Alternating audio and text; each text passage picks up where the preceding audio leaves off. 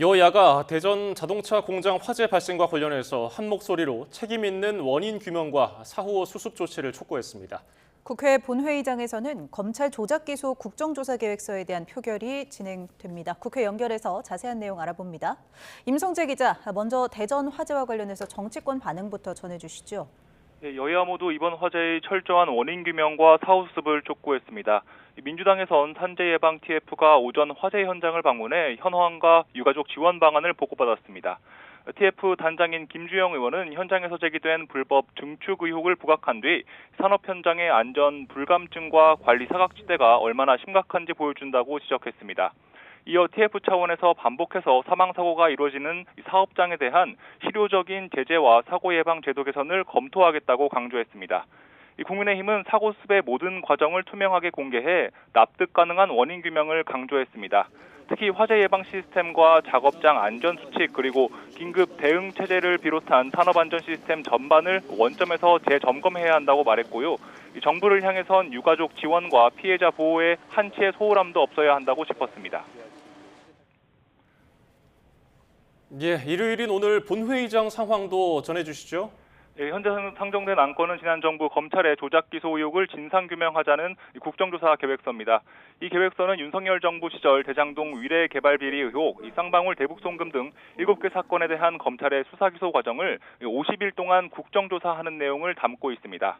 국민의힘은 이재명 대통령 사건을 공소 취소하기 위한 죄 지우기 목적에다 재판 중인 사건을 국회가 국정조사하는 건 위헌이라고 반대하고 있고요. 민주당은 검찰권 남용이 재발하지 않도록 민주주의와 법치주의 근간을 세우는 작업이라며 정당한 과정이라 옹호하고 있습니다. 현재는 필리버스터 시작 24시간이 지나 강제 종결 표결 절차가 진행되고 있는데요. 곧 법여권 주도로 국정조사 계획서 의결도 이뤄질 전망입니다. 이번 필리버스터에선 특히 국민의힘 김예지 의원이 첫 주자로 단상에 올라 17시간 35분 동안 발언에 눈길을 끌기도 했습니다. 시각장애인인 김 의원은 점자정보 단말기를 짚어가며 밤새도록 발언을 이어갔는데요.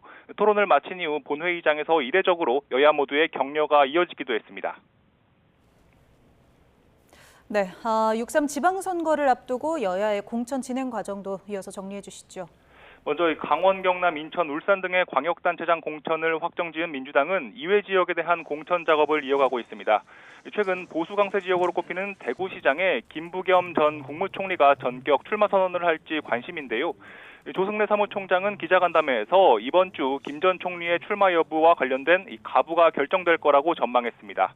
서울시장 예비 경선에선 정원호 후보를 겨냥한 여타 후보의 추가 검증 요구가 이어지고 있는데요. 전현희 의원은 정 후보의 성동구청장 시절 성동형 공공버스를 선심성 예산 낭비 사업이라고 비판했고, 박주민 의원은 거듭 도이치모터스 유착 의혹에 대한 명확한 답변을 요구했습니다. 이에 대해 정 후보 측은 예비 경선이 소모적인 네거티브 경연으로 전락하고 있다며 깊은 유감을 표했습니다. 국민의힘에선 서울시장 예비 후보들에 대한 공관위 차원의 면접이 진행됐습니다. 제재 공모 끝에 후보 등록을 한 오세훈 서울시장이 참석해 눈길을 끌었는데요. 기자들과 만나 서울과 수도권 선거에서 이기기 위해선 중도 확장 선대위가 필요하다고 강조했습니다.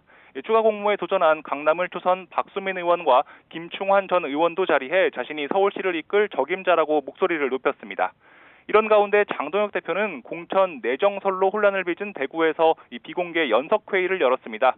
장 대표는 대구 현역 의원 12명을 앞에 두고 내정설이 불거진 건 당대표인 자신의 책임이라며 잡음이 계속돼 마음이 무겁다고 밝혔습니다. 지금까지 국회에서 YTN 임성재입니다.